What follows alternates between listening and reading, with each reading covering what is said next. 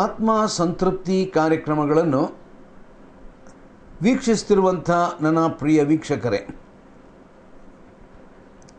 ದೇವರ ವಾಕ್ಯದ ಸತ್ಯಾಂಶಗಳನ್ನು ನಾವು ಅಧ್ಯಯನ ಮಾಡುವ ಮೊದಲು ದೇವರ ಸಹಾಯಕ್ಕಾಗಿ ನಾವು ಪ್ರಾರ್ಥನೆ ಮಾಡೋಣ.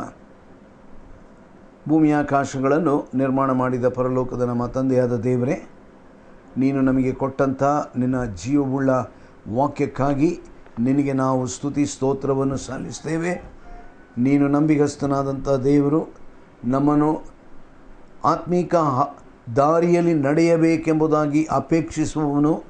ಆದುದರಿಂದ ಇಹಲೋಕ ನಡವಳಿಕೆ ಉಳ್ಳವರಾಗಿರದೆ, ದುರ್ಬೋಧನೆಗಳಿಗೆ ಒಳಗಾಗದೆ, ನಿನ್ನ ಜೀವವುಳ್ಳ ಮಾರ್ಗದ ಸತ್ಯಾಂಶವನ್ನು ತಿಳಿದುಕೊಂಡು ನಾವು ಮುಂದುವರಿಯುವುದಕ್ಕೆ ಕೃಪೆ ಮಾಡು. ಈ ದಿವಸದಲ್ಲಿ ಈ ಸಂದೇಶವನ್ನು ಕೇಳಿಸಿಕೊಳ್ಳುವಂಥ ಎಲ್ಲ ಜನರನ್ನು ವೈಯಕ್ತಿಕವಾಗಿ ಆಶೀರ್ವದಿಸು. ನಿನ್ನ ಪ್ರಸನ್ನತೆ ನಮ್ಮ ಮಧ್ಯದಲ್ಲಿರಲಿ. ಯೇಸು ಕ್ರಿಸ್ತನ ಅಮೂಲ್ಯವಾದ ನಾಮದಲ್ಲಿ ನಮ್ಮ ಪ್ರಾರ್ಥನೆಯನ್ನು ಕೇಳಿದ್ದಕ್ಕಾಗಿ ನಿನಗೆ ಸ್ತುತಿ ಸ್ತೋತ್ರ ಘನಮಾನ ಮಹಿಮೆಗಳು ಉಂಟಾಗಲಿ. ಆಮೇನ್. ನಾವು ಅನೇಕ ಸಮಯಗಳಿಂದ ಯೂದನು ಬರೆದ ಪತ್ರವನ್ನು ಅಧ್ಯಯನ ಮಾಡುತ್ತಾ ಬರುತ್ತಿದ್ದೇವೆ. ಇದರ ಒಂದು ಪೀಠಿಕೆಯಾಗಿ ಕೆಲವಾರು ಸತ್ಯಾಂಶಗಳನ್ನು ನಾವು ಕಲಿಯುತ್ತಾ ಇದ್ದೇವೆ. ನಾವು ಈ ವಾಕ್ಯ ಭಾಗಕ್ಕೆ ನಾವು ಬರುವಾಗ ಕಳೆದ ಸಾರಿ ನಾನು ಹೇಳಿದೆ, ಯೂದನು ಬರೆದಂಥ ಒಂದು ಪ್ರಾಥಮಿಕವಾದಂಥ ಉದ್ದೇಶ ಕ್ರೈಸ್ತ ಸಭೆಯೊಳಗಡೆ ಬರತಕ್ಕಂಥ ದುರ್ಬೋಧನೆಗಳನ್ನು ಎಚ್ಚರಿಸಿ ಆತನು ಬರೆದನು. ನಾವು ಈ ದುರ್ಬೋಧನೆಗಳ ಕುರಿತಾದ ಎಚ್ಚರಿಕೆಯನ್ನು ಕೇವಲ ಯೂದನು ಮಾತ್ರವೇ ಅಲ್ಲ, ಆದರೆ ಇತರರು ಕೂಡ ಬರೆದಿರುವಂಥದ್ದನ್ನು ನಾವು ವಾಕ್ಯ ಭಾಗದಲ್ಲಿ ನಾವು ನೋಡ್ತೇವೆ. ಒಂದು ಕೆಲವಾರು ಸತ್ಯಾಂಶಗಳನ್ನು ನಾವು ನಮ್ಮ ಗಮನಕ್ಕೆ ನಾವು ತೆಗೆದುಕೊಂಡು ಬರೋಣ. ನಾವು ಕಳೆದ ವಾರದಲ್ಲಿ ಯೇಸು ಕ್ರಿಸ್ತನು ತಾನಾಗಿಯೇ ಹೇಳಿದಂಥ ಅಂತ್ಯಕಾಲದ ದಿನದ ಪ್ರವಾದನೆಯ ಕುರಿತು ಮತ್ತಾಯನ ಸುವಾರ್ತೆ 24ನೇ ಅಧ್ಯಾಯದಲ್ಲಿ ಆತನು ಹೇಳಿದ್ದನು. ಮತ್ತು ಭಕ್ತನಾದಂಥ ಪೌಲನು ಥೆಸಲೋನಿಕದವರಿಗೆ ಬರೆದಂಥ 2ನೇ ಪತ್ರ 2ನೇ ಅಧ್ಯಾಯ 3ನೇ ವಚನದಿಂದ 12ನೇ ವಚನದವರೆಗೆ ಬರೆದಿರತಕ್ಕಂಥ ವಾಕ್ಯ ಭಾಗದಲ್ಲಿ ಬರೆದಿರತಕ್ಕಂಥ ವಿವರಣೆಗಳನ್ನು ನಾವು ಕೇಳಿದ್ದೇವೆ. ಇವತ್ತು ನಾವು ಇನ್ನೊಂದು ಭಾಗಕ್ಕೆ ನಾವು ಬರೋಣ. ತಿಮೋಥೆಯನಿಗೆ ಬರೆದಂಥ 1ನೇ ಪತ್ರ 4ನೇ ಅಧ್ಯಾಯ, ಅದರಲ್ಲಿ 3 ವಚನಗಳು. ತಿಮೋಥೆಯನಿಗೆ ಬರೆದಂಥ 1ನೇ ಪತ್ರ 4ನೇ ಅಧ್ಯಾಯ ಮೊದಲಿನ 3 ವಚನಗಳು. ಆದರೂ ಮುಂದಣ ದಿನಗಳಲ್ಲಿ ಕೆಲವರು ವಂಚಿಸುವ ಆತ್ಮಗಳ ನುಡಿಗಳಿಗೂ ದೆವ್ವಗಳ ಬೋಧನೆಗಳಿಗೂ ಲಕ್ಷ್ಯ ಕೊಟ್ಟು ಕ್ರಿಸ್ತ ನಂಬಿಕೆಯಿಂದ ಭ್ರಷ್ಟರಾಗುವರೆಂದು ದೇವರಾತ್ಮನು ಸ್ಪಷ್ಟವಾಗಿ ಹೇಳುತ್ತಾನೆ. ಸುಳ್ಳು ಬೋಧಕರು ಬಂದು ಸ್ವಂತ ಮನಸ್ಸಿನಲ್ಲಿ ಅಪರಾಧಿಗಳೆಂಬ ಬರೆಯುಳ್ಳವರಾದರು. ತಾವು ನೀತಿವಂತರೆಂದು ತೋರ್ಪಡಿಸಿಕೊಂಡು ಅವರನ್ನು ಮರಳುಗೊಳಿಸಿ ಮದುವೆಯಾಗಬಾರದೆಂತಲೂ ಇಂತಿಂಥ ಆಹಾರವನ್ನು ತಿನ್ನಬಾರದೆಂತಲೂ ಹೇಳುವರು. ಆದರೆ ಯಾರು ನಂಬುವವರಾಗಿದ್ದು ಸತ್ಯವನ್ನು ಗ್ರಹಿಸಿದ್ದಾರೋ ಅವರು ಕೃತಜ್ಞತಾ ಸ್ತುತಿ ಮಾಡಿ ತಿನ್ನುವುದಕ್ಕೋಸ್ಕರ ದೇವರು ಸಕಲ ವಿಧವಾದ ಆಹಾರವನ್ನು ಉಂಟು ಮಾಡಿದನು. ಆತನು ಉಂಟು ಮಾಡಿದ್ದೆಲ್ಲವೂ ಒಳ್ಳೆಯದೇ. ದೇವರ ಸ್ತೋತ್ರ ಮಾಡಿ ತೆಗೆದುಕೊಳ್ಳುವ ಪಕ್ಷಕ್ಕೆ ಯಾವುದನ್ನು ನಿಷಿದ್ಧವೆಂದು ಹೇಳತಕ್ಕದ್ದಲ್ಲ. ದೇವರ ವಾಕ್ಯವನ್ನು ಹೇಳಿ ಪ್ರಾರ್ಥಿಸುವುದರಿಂದ ಅದು ಪವಿತ್ರವಾಗುತ್ತದಲ್ಲ ಎಂಬುದಾಗಿ ನಾವು ತಿಮೋಥಿಯನಿಗೆ ಬರೆದಂಥ ಪತ್ರದಲ್ಲಿ ಬರೆದಿರುವಂಥ ಸತ್ಯವನ್ನು ನಾವಲ್ಲಿ ಗಮನಿಸುತ್ತೇವೆ. ಅದನ್ನು ಆಂಗ್ಲ ಭಾಷೆಯಲ್ಲಿ ನಾವು ಓದುವಾಗ ನಾವಲ್ಲಿ ಹೀಗೆ ನಾವು ನೋಡ್ಬೋದು. ಏನಂತ ಉಂಟಲ್ಲಿ ನಾವು ತಿಮೋಥಿಯನಿಗೆ ಬರೆದಂಥ 1ನೇ ತಿಮೋಥಿ 4ನೇ ಅಧ್ಯಾಯ ಅದರಲ್ಲಿ ಮೊದಲಿನ 3 ವಚನಗಳು. Now the Spirit expressly says that in latter times some will depart from the faith. Some will depart from the faith, giving heed to deceiving spirits and doctrines of demons, speaking lies in hypocrisy, having their own conscience seared with a hot iron, forbidding to marry and commanding to abstain from foods which God created, to be received with thanksgiving by those who believe and know the truth. For every creature of God is good, and nothing is to be refused if it is received with thanksgiving, for it is sanctified by the word of God and prayer.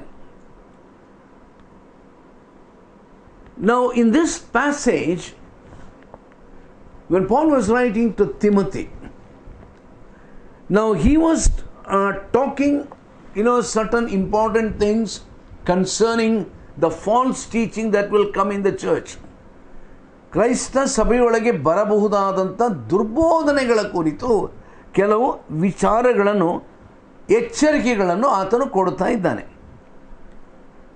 Now, Paul repeats to Timothy the warning he had given many years ago to the Ephesian elders. ಎಫೆಸದವರಿಗೆ ಬರೆದ ಪತ್ರದಲ್ಲಿಯೂ ಮತ್ತು ಅಪೊಸ್ತಲರ ಕೃತ್ಯಗಳಿಗೆ ಬರೆದ ಪತ್ರದಲ್ಲಿಯೂ 20ನೇ ಅಧ್ಯಾಯದಲ್ಲಿ 29-30ನೇ ವಚನದಲ್ಲಿ ಪೌಲನು ಆತನು ಎಚ್ಚರಿಕೆಯನ್ನು ಕೊಡುವಂಥದ್ದನ್ನು ನಾವು ನೋಡ್ತೇವೆ. ಎಫೆಸದಲ್ಲಿದ್ದಂಥ ಆ ಸಭಾನಾಯಕರನ್ನು ಆತನು ಭೇಟಿಯಾದಾಗ ಕೊಟ್ಟಂಥ ಎಚ್ಚರಿಕೆ. The Holy Spirit through the scriptures has repeatedly warned of the danger of apostasy.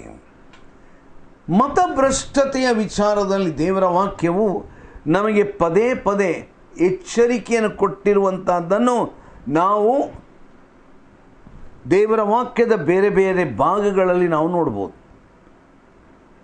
ನಾವು ಕಳೆದ ವಾರ ಮತ್ತಾಯನ ಸುವಾರ್ತೆ 24ನೇ ಅಧ್ಯಾಯವನ್ನು ಧ್ಯಾನ ಮಾಡಿದ್ದೇವೆ.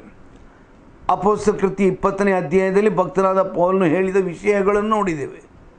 ಥೆಸಲೋನಿಕದವರಿಗೆ ಬರೆದ 2ನೇ ಪತ್ರ 2ನೇ ಅಧ್ಯಾಯ 3ರಿಂದ 12ನೇ ವಚನದಲ್ಲೂ ಇದರ ಕುರಿತಾಗಿ ಬರೆಯಲ್ಪಟ್ಟಿದೆ. ಇಬ್ರಿಯರಿಗೆ ಬರೆದ ಪತ್ರ 3ನೇ ಅಧ್ಯಾಯ 12ನೇ ವಚನ ಮತ್ತು 2ನೇ ಪೇತ್ರ, ಈ ಎಲ್ಲ ಭಾಗಗಳಲ್ಲಿ ಇವುಗಳ ಕುರಿತಾಗಿ ಎಚ್ಚರಿಕೆ ಕೊಡಲ್ಪಟ್ಟದ್ದನ್ನು ನಾವು ನೋಡ್ಬೋದು. ಪೌಲನು ಏನು ಹೇಳ್ತಾ ಇದ್ದಾನಂತ ಹೇಳಿದ್ರೆ, ಇನ್ ಲ್ಯಾಟರ್ ಟೈಮ್ಸ್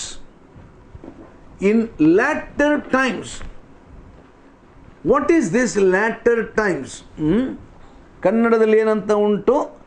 ಮುಂದಣ ದಿನಗಳಲ್ಲಿ, ಆ ಮುಂದಣ ದಿನಗಳು ಅಂದರೆ ಯಾವಾಗದು? The latter times, the period from the first coming of Christ until his return. ಯೇಸು ಕ್ರಿಸ್ತನು ಈ ಲೋಕಕ್ಕೆ ಬಂದ ನಂತರ ಆತನು ಇನ್ನೊಂದು ಆವರ್ತಿ ಲೋಕಕ್ಕೆ ಬರುವ ತನಕ, ಆ ಕಾಲಕ್ಕೆ ಅಂತ್ಯ ದಿನಗಳೆಂಬುದಾಗಿ ಹೇಳುವಂಥದ್ದು. ನಾವು ಈ ದಿವಸದಲ್ಲಿ ಅಂತ್ಯ ದಿನಗಳಲ್ಲಿ ನಾವು ವಾಸವಾಗಿದ್ದೇವೆ. ಆ ಸಮಯದಲ್ಲಿ ಏನಾಗ್ತದಂತೆ? ಮತಭ್ರಷ್ಟತೆ ಉಂಟಾಗ್ತದೆ. Apostasy will exist throughout that period, reaching a climax shortly before Christ returns. ಯೇಸು ಕ್ರಿಸ್ತನು ಬರುವಂಥ ಸಮಯದಲ್ಲಿ ಮತಭ್ರಷ್ಟತೆ, ನಂಬಿಕೆ ಇದ್ದವರು ತಮ್ಮ ನಂಬಿಕೆಯನ್ನು ಕಳೆದುಕೊಳ್ಳುವಂಥ ಒಂದು ದುರಂತ.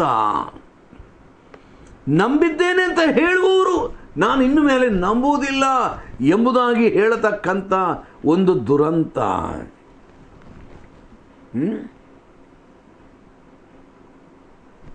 ಅಪಾಸ್ಟಸಿ, ಮತಭ್ರಷ್ಟತೆ.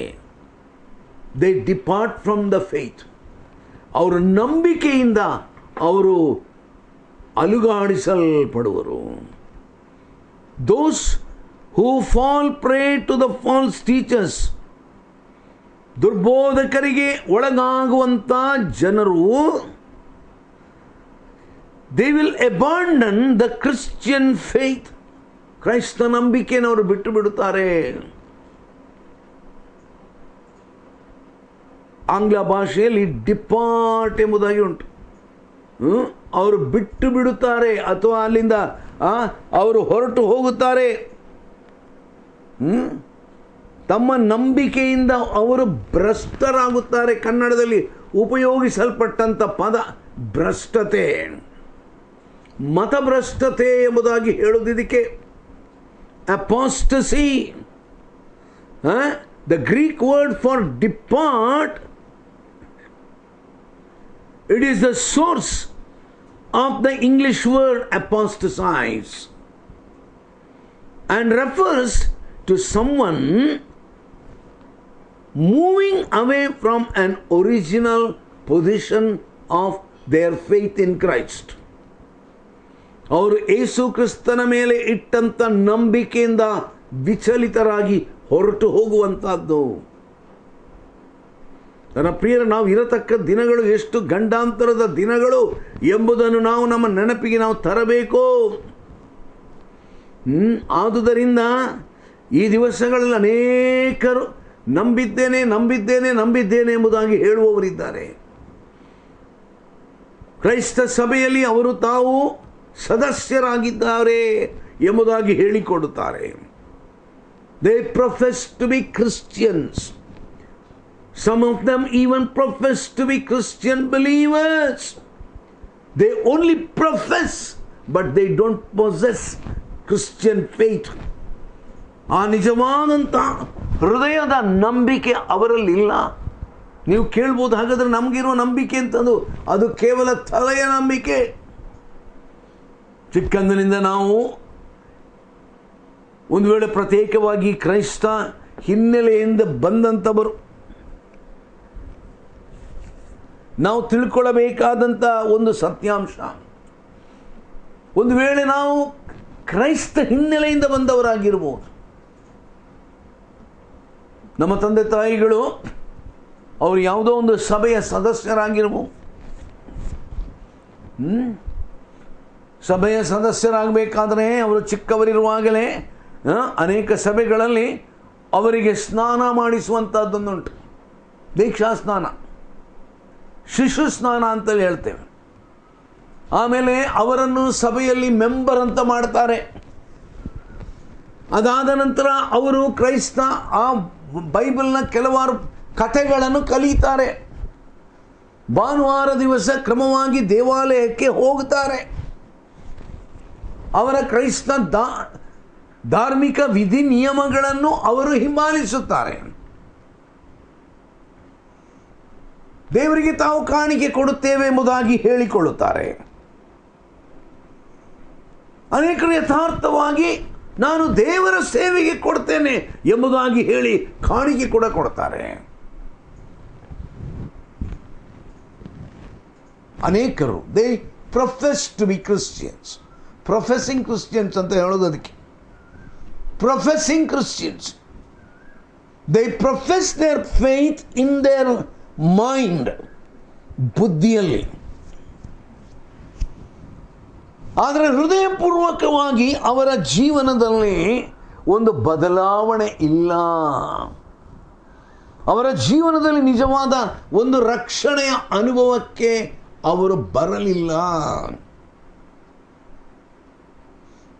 ಒಂದು ವೇಳೆ ನೀವು ಅವರ ಹತ್ರ ಕೇಳಿದರೆ, ನೀವು ಕ್ರೈಸ್ತರಾಗಿದ್ದೀರಾ ಅಂತ ಕೇಳಿದರೆ, ಅವರು ಸಾಧಾರಣವಾಗಿ ಕೊಡುವಂಥ ಉತ್ತರ, ಹೌದೌದು ನಾವೆಲ್ಲರೂ ಕ್ರೈಸ್ತರು, ನಮ್ಮ ಅಜ್ಜ ತಾತ ಮುತ್ತಾತ ಇವರೆಲ್ಲರಿಂದಲೂ ನಮ್ಮ ಇಡೀ ಕುಟುಂಬ ನಾವು ಕ್ರೈಸ್ತ ಕುಟುಂಬ. ಈ ರೀತಿಯಾಗಿ ನಾವು ಹೇಳ್ತೇವಾ ಇಲ್ಲವಾ? ನಾನು ಚರ್ಚಿಗೆ ಹೋಗುತ್ತೇನೆ, ಯೇಸು ಕ್ರಿಸ್ತನನ್ನು ನಂಬಿದ್ದೇನೆ. ನೋಡಿ, ಇಂಥವರಿಗೆ ನಾವು ಸುವಾರ್ತೆ ಹೇಳುವಾಗ ಕೆಲವರಿಗೆ ಕೋಪ ಬರುವುದುಂಟು. ಏನ್ರಿ ಇವರು ಯಾರಿಗೆ ಪ್ರಸಂಗ ಮಾಡುವುದು? ನಾವು ಯೇಸುವನ್ನು ನಂಬದೆ ಮತ್ತೆ ಇನ್ಯಾರನ್ನು ನಂಬೋದು? ನಾವು ಯೇಸುವನ್ನು ನಂಬಿದ್ದೇವೆ. ಹೌದು, ಯೇಸುವನ್ನು ನಂಬದೆ ನಾವು ಕ್ರಿಸ್ಮಸ್ ಮಾಡ್ತೇವಾ?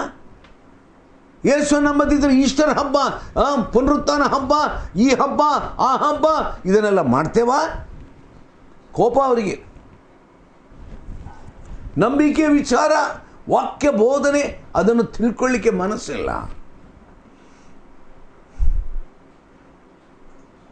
ನಿಕೋದೇಮನು ಕೂಡ ಹಾಗೆ ಇದ್ದ.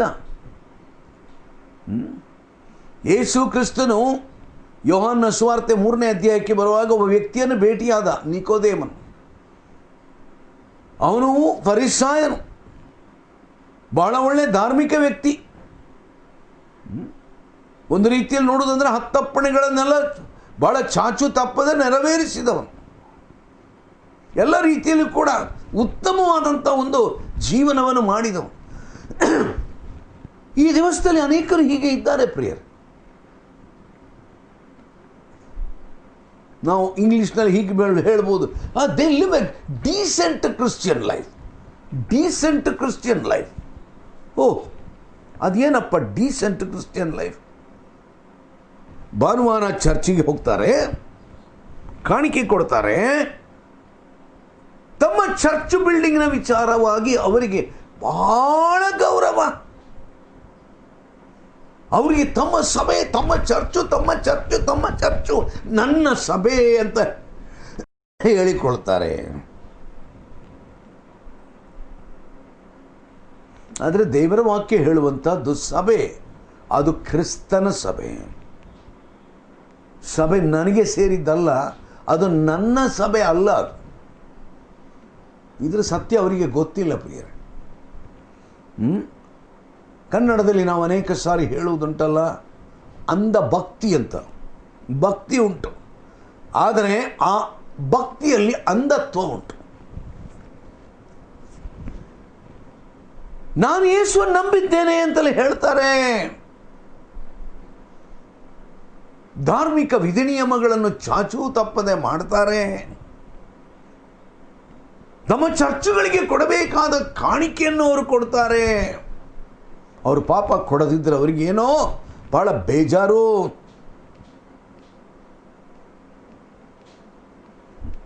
ಡೀಸೆಂಟ್ ಕ್ರಿಶ್ಚಿಯನ್ ಲೈಫ್ ಹೇಳೋದು ಇದಕ್ಕೆ. ಇನ್ನು ಕೆಲವರ ಹತ್ರ ಕೇಳಿದ್ದೇನೆ, ಯಾಕಪ್ಪ ಇದೆಲ್ಲ? ಅಲ್ಲರಿ,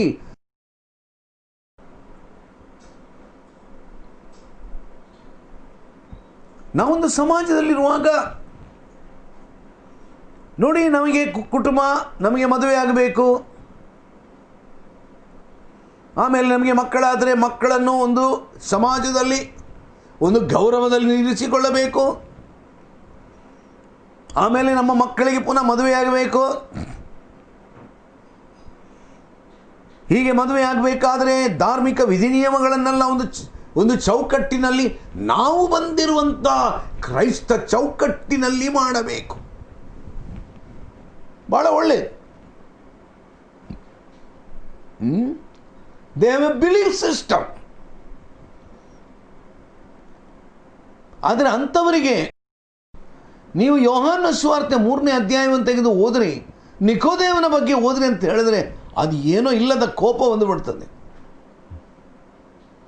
ಯೇಸು ಕ್ರಿಸ್ತನು ನಿಕೋದೇಮನನ್ನು ನೋಡಿ ಹೇಳಿದ, ನಿಕೋದೇಮನೇ, ನನಗೆ ಅರ್ಥ ಆಯಿತು, ನಿನ್ನ ಧಾರ್ಮಿಕತ್ವದ ಕುರಿತಾಗಿ ನಾನು ಚೆನ್ನಾಗಿ ಅರ್ಥ ಮಾಡಿಕೊಂಡೆ.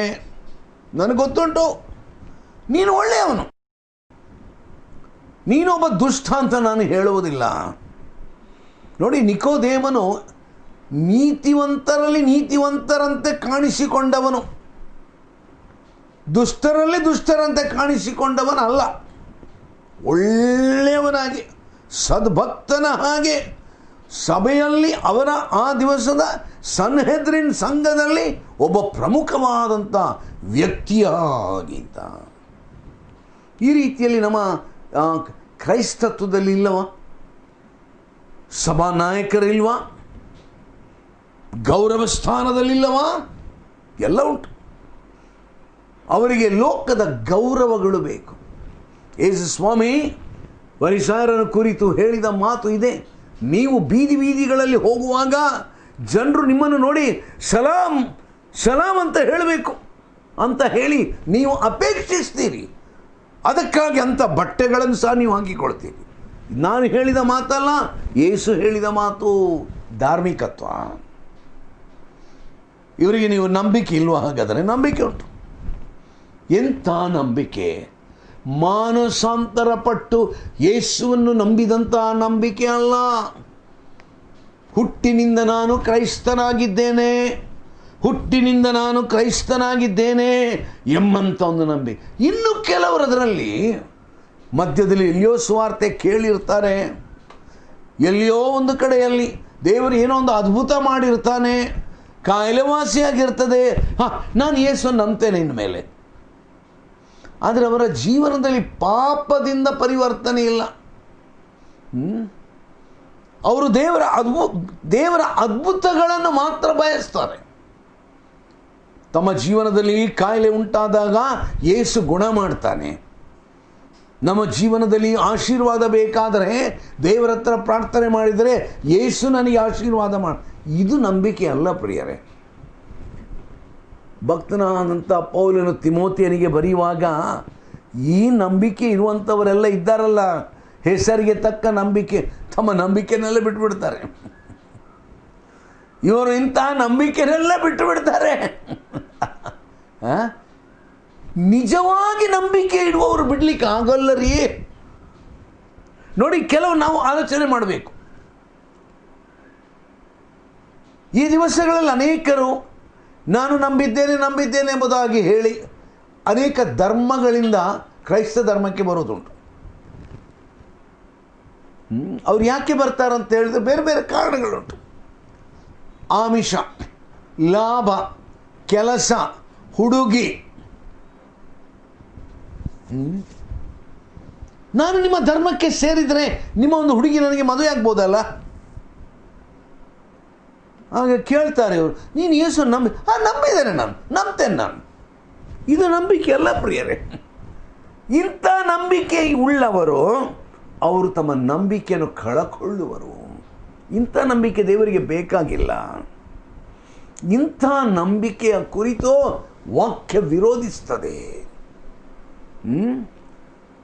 The Bible says they will depart from the faith.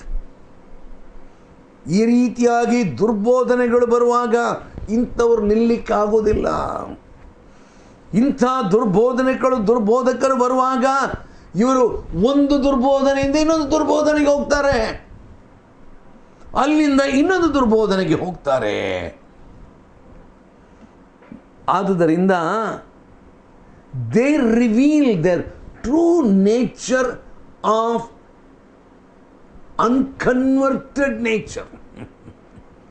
ನಾವು ನೆನೆಸೋದು ಕನ್ವರ್ಷನ್ ಅಂತ ಹೇಳಿದ್ರೆ ಧಾರ್ಮಿಕ ಕನ್ವರ್ಷನ್ ಅಲ್ಲ. Jesus Christ condemned religious conversion.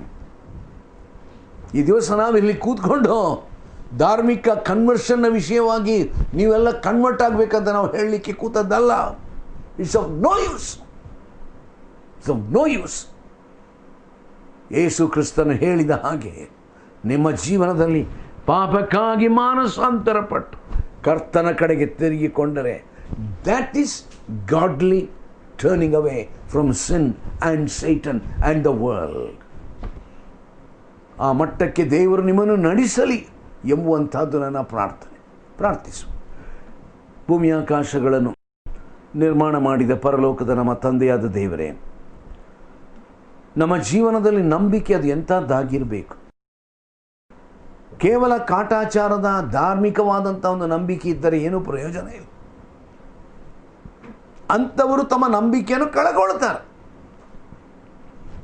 ಹೆಸರಿಗೆ ತಕ್ಕ ನಾನು ನಂಬಿದ್ದೇನೆ ಅಂತ ಹೇಳಿದರೆ ಅಂಥ ನಂಬಿಕೆಯನ್ನು ತೋರಿಸುವವರು ತಮ್ಮ ನಂಬಿಕೆಯನ್ನು ಅವರು ಕಳಕೊಳ್ತಾರೆ. ಆದುದರಿಂದ ಸ್ವಾಮಿ, ನಮ್ಮ ಜೀವನದಲ್ಲಿ ನಮ್ಮ ಪಾಪಗಳಿಗಾಗಿ ಮಾನಸಾಂತರಪಟ್ಟು ಯೇಸು ಕ್ರಿಸ್ತನು ಯಾಕೆ ಬಂದನು ಎಂಬುದನ್ನು ಸರಿಯಾದ ಸುವಾರ್ತೆಯನ್ನು ಅರ್ಥ ಮಾಡಿಕೊಂಡು ತಮ್ಮ ಜೀವನದಲ್ಲಿ ಮನ ಪರಿವರ್ತನೆ ಹೊಂದಿ, ಹೃದಯ ಪರಿವರ್ತನೆ ಹೊಂದಿ, ನಿನ್ನನ್ನು ಹಿಂಬಾಲಿಸಿ ನಿನ್ನ ಮೇಲೆ ನಂಬಿಕೆಯನ್ನಿಟ್ಟು ಮುಂದೆ ಹೋಗುವಂಥ ಕೃಪೆ ಅನುಗ್ರಹಿಸು. ಯೇಸುವಿನ ದಿವ್ಯ ನಾಮದಲ್ಲಿ ನಮ್ಮ ಪ್ರಾರ್ಥನೆಯನ್ನು ಕೇಳಿದ್ದಕ್ಕಾಗಿ ನಿನಗೆ ಸ್ತುತಿ ಸ್ತೋತ್ರ ಉಂಟಾಗಲಿ ಕರ್ತನೇ. ಆಮೇನ್.